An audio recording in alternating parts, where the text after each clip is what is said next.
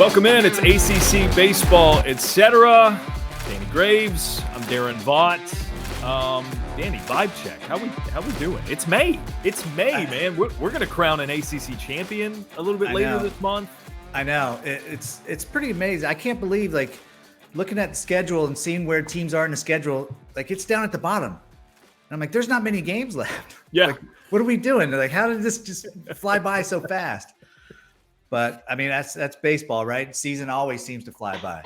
Yeah, and this is the time of year in particular where, especially within like the top 25, things just happen so quickly and they fluctuate. Yeah, so fast, and they get turned upside down in a hurry. I'm thinking, just recently, a few weeks ago, we were having the conversation of, okay, can North Carolina host a regional?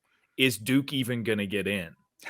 That's flopped, right? Yeah. I mean, now we're talking about Duke hosting a regional, and whether or not North Carolina is going to get in. And as we record this on Thursday, UNC got a big win against ranked ECU last night in a midweek. They need those as much as they can get them.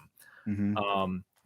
And there are other examples, right? I mean, earlier in the season, I don't know that they were ever in danger of missing out entirely, but Miami was underperforming, and they're at number 11 now in the country. Yeah. That's the first team I thought of when you started this conversation. I'm like, we've talked about how one week they're the best team in baseball, next week they're the worst team in baseball. Now all of a sudden, like, they go in and out of the top 25, and now they're all the way up to 11. Now they look like the real Miami Hurricanes that we both thought they would look like at the beginning of the season. Yeah, and then, beginning of the season, a couple of weeks in, you could sort of chalk it up to, all right, Clemson's going to struggle a little bit under first-year head coach Erik Bakich, who's going to join us shortly. Really good stuff with Erik. And now I saw Aaron Fitt was on the D1 Baseball posted a video, and Fitt was talking about the possibility that Clemson could host a regional. And it's like, we had them totally out of the picture a month ago, but it's so wild, this conference, man. Like the way that teams beat up on each other and they help and hurt each other in these causes. Yeah. This is the time of year when all that happens. And from week to week, it is it's wild the degree to which things change. So we're close to the end of the season, but man, so much could happen between now and then. Yeah, you mentioned Clemson. They jumped up within the last 7 days, 9 spots in the RPI, up to 14. And a couple of weeks ago, they were in the 40s. Yeah. Well, in East Carolina, they were way up in the top 10 at times. And now they're down all the way to 31. So, I mean, this conference, North Carolina is sneaking their way back up into the top 25 of the RPI. They're up 11 from last week. So this is great, man. I love this. I love this time of year. Now, Danny, if I use the phrase "circle of parity" with you, would you know like what I'm talking about? It's sort of a Twitter social media phenomenon that you'll see occasionally with like, college football or things like that. Well, the first thing that comes to mind is the Lion King, because I'm thinking circle of life, but I know that's clearly not even close to what you mean. So do tell, please. Yeah. All right. So circle of parity. And I actually, like maybe a month ago, tweeted out the possibilities. I'm sort of keeping track on if we might get a circle of parity / chaos is what I also called it, because same thing, right? Chaos. Yes. So basically it's where, and you see these a lot in graphic form. It's like this team beat this team, who beat this team, who beat this team, who beat this team, who beat this team. And then it goes in a circle, right? The team you started with ultimately is on the losing end of one of those. So it's just this infinite circle of teams beating each other.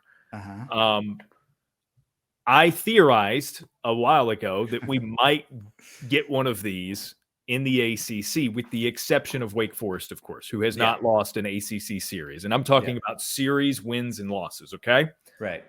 I was checking to update the status of this circle of parity / chaos before we started recording.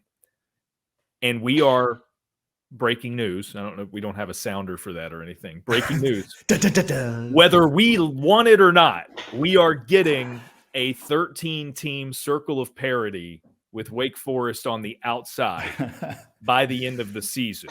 And I mean that because I'm going to put my list up here to the camera for those listening, but I'll list it off as well.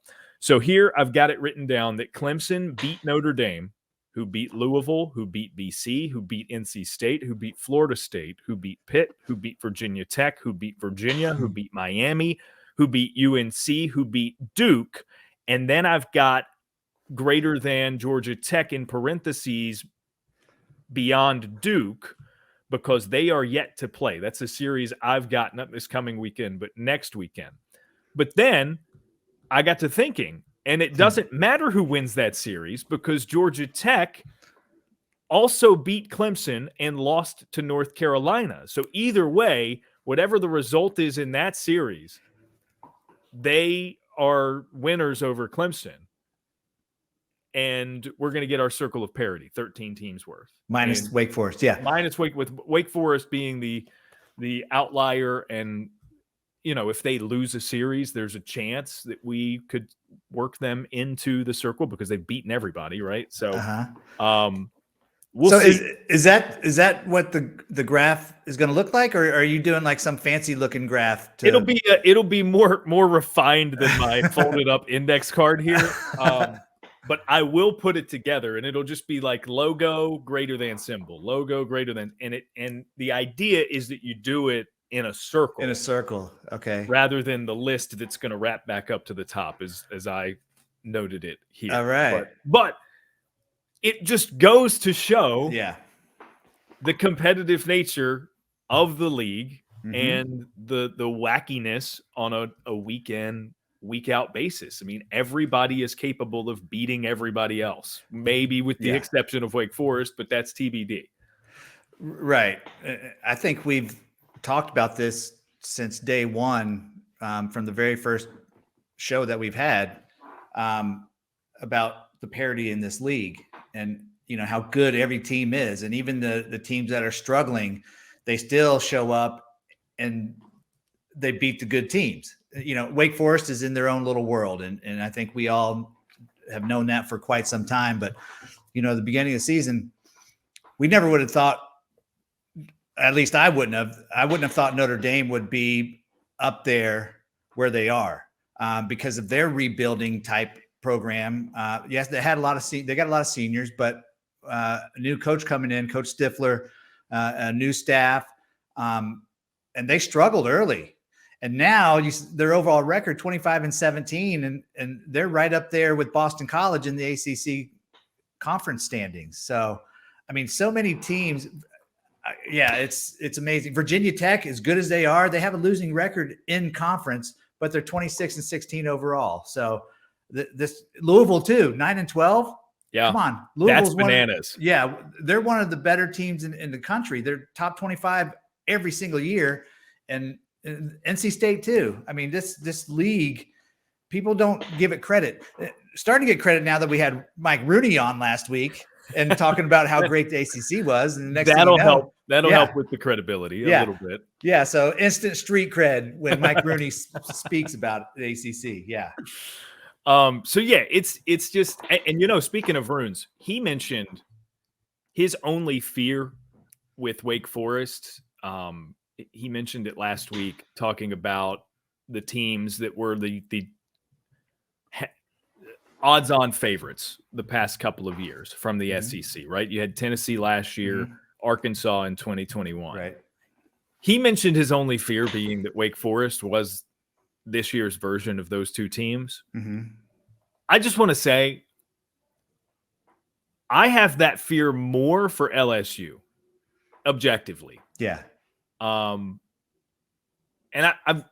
I've got my reasons. There's a better alignment to the comparison, of course, SEC team, number one in the country as opposed to number two, because it feels a little bit like Wake Forest in terms of being a dominant team. I know we talk about them a lot, but it's tough to say they're under the radar, but they are a little bit in the shadow of LSU. Totally. In the you just said that so politely. Right. Yes, they're treated like the little brother of college baseball. LSU is getting all the publicity, and deservedly so. They're very good. They're a very good ball club. They have the best player in college baseball, Dylan Cruz, in my humble opinion. But a lot of people haven't seen what Wake Forest has done in a weekend series. You might see one of their games and say, "Oh, they're all right," but you put them in a 3-game series. That pitching staff, not just their starters, their bullpen is lights out, and not to mention what their offense is doing. But I agree with you that LSU could be that team that is the Arkansas or the Tennessee, just for the fact that the 3 starters that Wake Forest has. Good luck. Good luck when you got to face them. And Paul Skeens, I know he is so legit. He's going to be top 5 pick, maybe 2nd pick overall.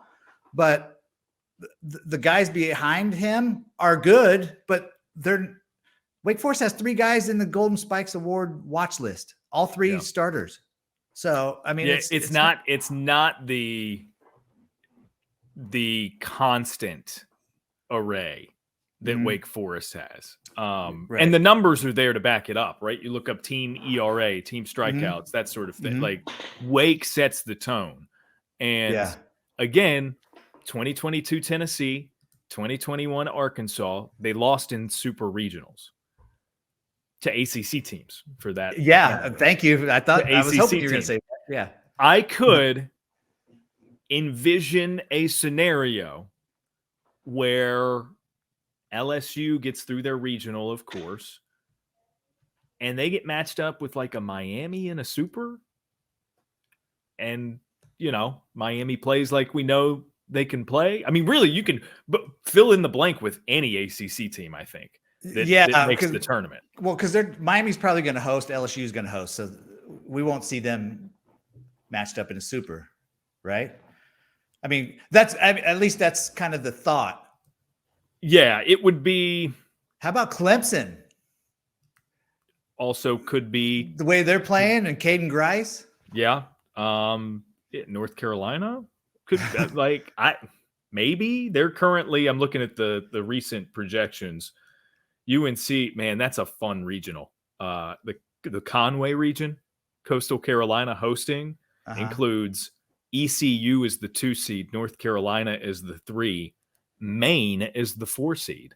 Whoa. That's fun. That's fun to me. Anyways, I could see it going a number of ways. As of right now, Virginia's not a host or projected to be. Speaking of the turnaround, that's a team that beginning of the season I thought was very much in the same way that we talk about BC. They don't make mistakes. You gotta do something to affect them rather than them letting you into a vulnerable spot. That's a team that's turned a little bit into Miami, right? Like they sort of they go wild and dominate a weekend, or they don't now, it seems. Well, so I think with Virginia, any team throughout the season is going to have some kind of struggle, where the whole team is just kind of in a slump, so to speak. And I think some teams do it early, some teams do it late. Virginia, they did nothing wrong for so many games. They won all those games in a row before they lost a game. So now they're in this little rut that they haven't figured out how to get out of yet. But they're also so good of a team that they can't stay in that rut forever. They're just too good. I think they're too good of a ball club. Who do they have this weekend coming up? Oh, let's see. Virginia has. We can do this. See, this is the great thing about recording the way that we do. Yeah. So, oh my gosh, I don't see anything for. Yeah, well, so it's exam week, so okay. Some teams don't have anything. Okay. And they don't. So they had JMU in the midweek last night, no weekend series, and then so they pick it back up with Radford, and then Louisville. Yeah. So I mean, this this time off, this weekend off, it could give them a break, could give them a chance to rest their bodies. Fatigue sets in and pitchers' arms are a little dead at this moment. And that goes for all the teams too. I'm not just saying making excuses for Virginia. For sure. I mean, because there are others who don't play this weekend. North Carolina had their 2 midweeks. They get the win over East Carolina last night, and they're off for exams now. So right. It's an interesting time of year, and we see occasionally this time of year too, not an ACC series, but a team will pick up a non-conference game or two over a weekend. So this is sort of like it's kind of the get right week for teams who are I like that. Yeah. Right. For like a Virginia, for a North Carolina who maybe have scuffled as of late. This is the get right week. And the hope is you come back from this break, your guys are done with exams. And look, that seems like a trivial thing. But again, you got to understand we're talking about 18 to 23-year-old dudes who have a lot on their plate with school too. Yeah. And in some cases, it can seem like a lot of weight has been lifted when you're done with those exams, right? I mean, I'm sure you can speak to this. You get through the schooling part of the spring, and then you're just a ball player, man. Like life is good. Yeah. You become an actual just athlete, and you cut off the student hyphen part, and it's now you get to do what you want to do and not have to worry about if you're going to be eligible or not. It's such a huge relief for a lot of people. So hopefully this is one of those weekends that these teams that are off, they can get right physically and mentally and just get ready for the stretch run. All right, so circle of parity intact. We're getting it no matter what, with or without Wake Forest. Let's get to Erik Bakich, shall we? First year head coach from Clemson. Let's get right to it. All right, our next interview on ACC baseball, etc., is the first-year head coach of the Clemson Tigers baseball program. They are on quite the tear. I believe 12 out of their last 16 have been wins, working their way into the NCAA regional conversation. It's been quite the turnaround, a long journey of a season already for Erik Bakich. Erik, thanks so much for joining us. And if you would just describe what the journey has been like for this team. It's a group of I think a good mix. And we talked when I was there in Clemson earlier in the year, a good mix of veterans and newcomers, some freshmen who have come a long way since the start of the year. Just describe the team's journey for us. Well, Daron, Danny, thanks for having me. Appreciate being on. It's been everything that a new coaching staff could ask for. Total buy-in from the players.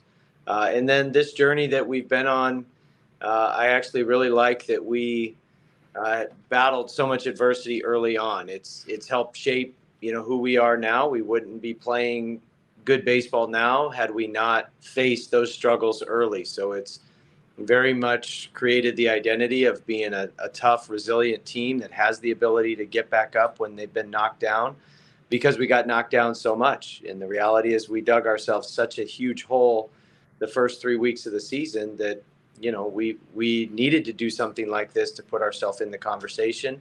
And we still need to finish strong. We need to still continue to play well. We haven't done anything yet, but we are playing better, and that's good to see. Coach, you mentioned the collective buy-in and the first few weeks kind of being a struggle. Do you relate that just to the team transitioning, new head coach, basically the whole new coaching staff, young guys, as Daron mentioned? Was it hard for them to transition into the new look Clemson Tigers? I don't think so. Honestly, I think they did a really good job from the jump. I mean, first meeting in August, they were all in. And that's one thing that I have been super appreciative of with this group is just their collective buy-in from the start.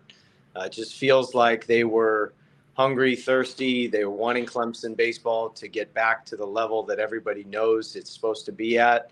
And they were willing to do anything to get there. And that part of it has been great. I think you attribute it to us as coaches early on, had to figure out the roles and had to figure out what roles guys thrived in. to help the team win, and figuring out who to pitch, who not to pitch, who to play, who to go where, coupled with some challenging early season injuries, made it all a big juggling act. And now, we figured some of those things out. We've got guys in the right roles, and we're getting healthier, and that's a big deal to what ended up being an overtaxed bullpen early on, and just kind of kept that injury train going. So, our starters are giving us better starts. Our bullpen is a little bit fresher. We've got more guys that are available back there. And the position players have kind of settled into more of a consistent lineup. So it's just time. We just needed that time to figure it out. And I'd say it was more a figuring it out process for the coaches than anything. Talking about the coaches, Jack Leggett has been on with us earlier in the season. It was great to catch up with him when I was there in Clemson. He's actually the one that introduced me to you. I think in a lot of people's minds, it might be obvious why you would bring Legs back to be on your staff in the capacity that he is. But and we had Mike Rooney on last week, and he was bragging on you because the way Runes put it was, if I was in Erik's shoes, there's no way I would have made that move because of the pressure. I think that there's a human nature to it, Erik, that an ego might prevent something like that from happening. I mean, this dude is a legendary former Clemson baseball coach, took them to 6 College World Series. One would certainly, I think, understand the decision if you were to not want to bring him back in the capacity that he's in on the coaching staff. Was it ever a question in your mind? Just tell me how that process went of reaching out to Jack and saying, hey, I'd like for you to be involved. Well, it really never was a question. It was part of the initial conversations that, it was going to be, that's how it was going to be. I mean, maybe if I had no relationship with Coach Leggett previously, then maybe that wouldn't have happened. But I mean, people got to remember, like this guy's one of my best friends and mentors. And, I have such a deep appreciation for getting a coaching start at Clemson. And that emotional connection to Clemson was because of Coach Leggett. Had he not taken a chance on some 24-year-old that he didn't even know, I wouldn't have ever got to start coaching, or at least not at Clemson, with Tim Corbin and Kevin O'Sullivan and Coach Leggett and 3 Hall of Famers. And, just look at it from a gratitude perspective of all the things, the opportunities now, and my family, my wife, my kids, were because of Coach Leggett. So we've always stayed very much connected and in touch, and it just seemed natural. This is a guy that's level 10 energy, whether he's, 69 or 29, he's the same all the time. I mean, he's, he is just a total energy giver. And personally, I still feel like I'm trying to improve and get better, as are the rest of the coaches in the team. And this is a guy who's just seen so much baseball and has so much great wisdom of baseball in general. To be a coach to the coaches and a mentor to the players just felt like that was absolutely invaluable. So, my first phone call when this whole thing went down last summer was with Coach Leggett. And so he and I were talking about it before I even heard from Clemson that they might even be interested. It's Coach Leggett is such a great person, and I can see why you two get along so great. And in our show before, when we had Coach Leggett on, if you listen to it or if you talk to him, I had a confession that I lied to him 30 years ago when we played against Clemson, and won't get too much into that, but he's such a great guy. Is it hard to keep him on a leash, so to speak? Because we know that he can't do a lot of things on the field. I know he wants to go hit fungos. He can't do that. How hard is that to keep him, kind of subdued? Oh, there's no subduing him. He's an uncaged, he's an uncaged tiger. You just, but he's found his stride, so to speak. Like he knows he can't hit fungos. He knows he can't throw BP. So we've found other outlets and ways for him to still scratch that itch. And so we do 7 minutes with 7 every home game. Yeah. He'll take the team down the line, and before we do our pregame running, he'll get them all together and he'll give them 7 minutes of life skills, leadership, wisdom, something to just get them pumped up. And, that's where he really is at his best, when he's just able to tap into that master motivator that he is. So even though he's not coaching the physical skills, he's very much a mental skills type of coach. And we had multiple meetings with compliance and everyone at the beginning of the fall, just to, what are the do's and don'ts, make sure we don't do anything we're not supposed to do. But just his energy in general, just his voice, his clapping, his positivity, it's relentless. It's never ending. There's no off switch. And so having that type of energy in the dugout to lift everybody up, regardless, I mean, he adds so much value to our team and our program. There's just no way that we couldn't have him in there. If any other team decided to bring back a former legendary coach, they should have the Leggett rules move forward for everybody, and just, have it be called the Jack Leggett rules. This is what you can or can't do. That's right. Yeah, that's probably smart. Yeah. Speaking of Fungos, when I saw you guys play in person for that Duke series, came back, and I was gassing you up a little bit, Erik, with the machine-like fashion in which you hit in and out. I was bragging on your fungo skills. Is that something you take a lot of pride in? Because, man, it was like one after the other. You had this process where the bat head hits the ground, it's back up on your shoulder, boom, hits the ground, back up on your shoulder, boom. Now, I will say, Ron Smith was in the booth with me, and he said, yeah, but he doesn't do the pop-up for the catcher at the end. And that's the mark of a true fungosman, or whatever the word would be there. Yeah.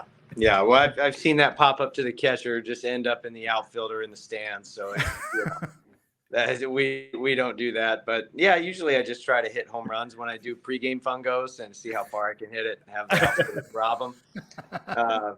But no, Coach Corbin used to, and Coach Leggett, they both, used to always tell me how much each baseball cost when I hit them out of the park. So, love the Fungos, love doing it.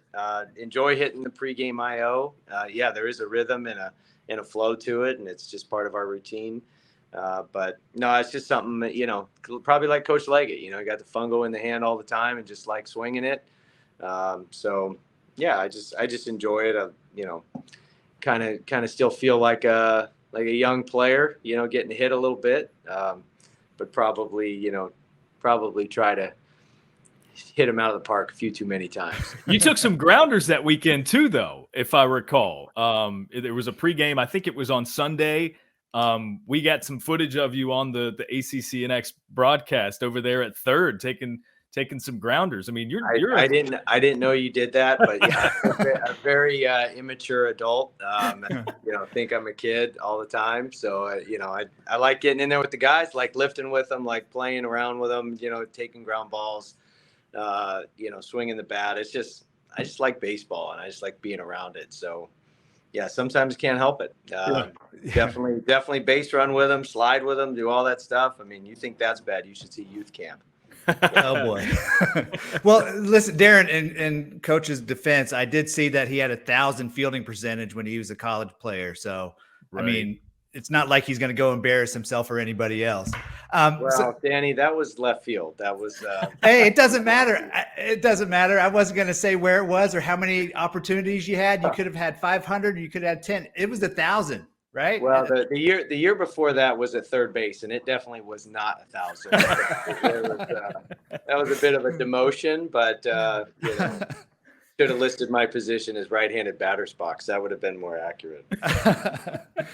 Coach, so while we're on lighthearted subjects, I read something earlier when you were talking about creating a team synergy. You were quoted saying you've got to take the target off yourself and not think of, I'm going to be an independent contractor at the plate and try to do my Twitter swing. Can you explain to me what the Twitter swing may be? Well, yeah, I mean, it's you see it a lot now. You see guys that they're up there not playing run scoring offense, team offense. They're just up there trying to get their swing off, which we want our guys to do with less than 2 strikes. We want them to do as much damage as they can within the framework of we're a run scoring unit. And so with less than 2 strikes, it's their at bat and they're trying to do damage and they're trying to smash it and trying to hit it as hard as they possibly can. But with 2 strikes, it's no longer their at bat. It's our at bat. It's a team at bat. And you just got to try to put the barrel on it, even if it's gritty, not pretty. And then when there's situations, the whole idea is to get on base and to score. And when you are on base, you have a job to do until you cross home plate. And it's just this synergy of getting everyone connected, of getting guys over, getting guys in, finding a way to score runs. It's all about scoring runs. Offense is, for us, is about scoring runs, not just, not 9 independent contractors at the plate, but a super run scoring 9-man team.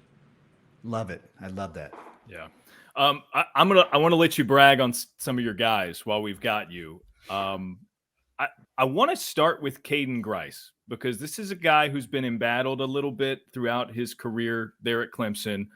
It's a big season for him. Talk about being an independent contractor, right? There's no avoiding the importance that a season can have for an individual. And you certainly want to help them in their journey to the next step in their career and things like that, is in addition to helping the team now. Kaden has really gotten back into his own this season, both as, initially the Sunday starter and sort of got into a groove there. And it took him 19 games to hit his first home run of the season. And then he got on a tear. He's been really impressive. What has been the most impressive thing about Kaden's season to you?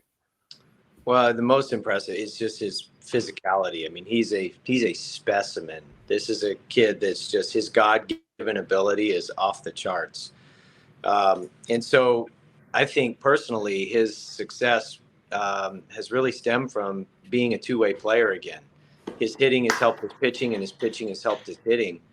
And we wanted to get him out of the outfield and put him at first base to start the year, because the outfield is, such a lonely place at times. You can go a whole game not get a ball, and you see outfielders out there all the time doing dry swings instead of playing defense. And so you can see why, maybe an outfielder, battling a little bit through it mentally could stay in his own head, standing there out in the outfield. So first base, much more engaged. But then once he took the mound again, that's when things really took off for him in both areas. And I think he's just able to get back to trusting his God-given ability and just going out there and playing like he knows he's capable of playing, and playing mentally free, and just getting rid of some of the, the excess clutter and noise, maybe that, thoughts, whatever, anything, just being able to just go play like he played like his 12-year-old self. And I think that's been a big deal. And, the way to do that was getting him on the mound and just kind of allowing things to happen naturally. And it has. And he has not only gotten hitting home runs, he's hit clutch home runs, and he's just a better hitter, though. The walks are up, the strikeouts are down, he's getting on base. And this is a kid who's, he's explosive and he's physical, but he's fast. I mean, he's a threat on the bases every time he's out there. He's just a really good baseball player. And, people have asked, what do you think he'll be at the next level? And the answer is both. He's one of those guys that I don't think he'll ever have to pick. I think he's got the ability to do both at the highest level. That's amazing. I think this is the Kaden Grice that we've all been waiting to see the last couple of years, and now he's really exploded. Can you talk briefly about Cam, or as long as you want, about Cam Canarella? How great has he been, right? I mean, first of all, it's such a great baseball name, Cam Canarella. I could say that over and over and over again, but how special is he, Coach? He's very special. He's unique. He's a unicorn, and from the standpoint that, you don't see freshmen have the mental consistency that he has. Usually you see freshmen and, their mentality ebbs and flows as their performance ebbs and flows. But Cam, from the jump in the fall, he was very, very centered. He had the ability to get back to the middle, to stay in neutral all the time mentally. And that allowed his physical tool set and skill set to be just as consistent. So he's had some highs and lows and ups and downs, but whether he's 5 for 5 or 0 for 5, and he hadn't had many 0 for 5s, but regardless, he's been the same kid, and he's just kind of been that neutral, even centered guy, and that's really what's allowed him to be consistent. And usually don't see that type of poise mentally from a freshman or anyone really, but especially from a freshman. Yeah, I for the record have been claiming for the past several weeks, Erik, that Cam Cannarella is my new favorite player in the ACC, because we've got, the Grices are on their way out. We got to adopt some younger guys to be our new favorite players. This is anecdotal again, of course, of the weekend that I was there calling your series. Cam had an instance where, and the poise is clear, but this was a moment that really stood out to me. He had an instance in that series. I don't recall the exact circumstances, but he got a little bit chippy in that he in an at bat was in between pitches doing the wide sweep of the leg in the box, kicking dirt in the direction of the mound, and I recall. Maybe it was that plate appearance. Maybe it was the next one. He got on base and got all the way around to third. And there was a moment with you and him. You just sort of just like grabbed him by the shoulders. And it was like hey, you're good. You're good. Everything's cool sort of moment. You mentioned the highs and lows. I'm just curious to learn a little bit more about Cam's personality and how emotional he can get. Because honestly, I think just as it's fun to see in moments like that where you two sort of connect when he gets around to third base, it's fun to see because he plays with that emotionality and it's to his favor in most cases. Yeah. No, he is a competitor. There's no doubt. And I'm okay with emotion without staying emotional. Really, really PO'd at times. If there's a bad call or something, the kick of the dirt is the Juan Soto thing, and we all love that. But yeah, I mean, it's more just that's more training the response, of just there's going to be things that happen. There's going to be stuff that doesn't go your way or whatever, and it's just more body language and response and those types of things. And he's been really good about that. You don't see too many slip ups with that, but he is a competitor and he doesn't back down from anything. And there have been some umpires who have just said, hey, make sure Cam it stays under control. And so it's more, we just don't ever want anyone to get that 4-game suspension. So it's more just sometimes just making sure we're good. But he's always, for the 99% of the time, that was probably a 1%er, Daron. Yeah. But 99% of the time, he's been able to get back to the middle, no problem. I love that story. I think you got to have one of those players on every team. I mean, you got that kind of spark out of him. And Coach, I could go on and talk about all these players, but one guy I want to ask you about, Jimmy Bellinger, probably one of the better pitching coaches of all of college baseball, definitely the ACC the last couple of years. And I know that Florida State had the change in their staff as well. How fortunate is this for you guys to have a guy like him for your pitching staff? Oh, it's huge. He's single-handedly transformed a lot of these pitchers. No disrespect to the previous staff or pitching coach, but Jimmy just has a system, and the players are able to buy into his system because they know exactly what he stands for. He wants a relentless attack on the strike zone with 64% strikes and body language like you're the toughest dude on the planet. And he repeats those phrases all the time. And the simplistic genius of his style is what works, because it's not flash bang. I mean, you watch some bullpens and it looks like they're launching a rocket.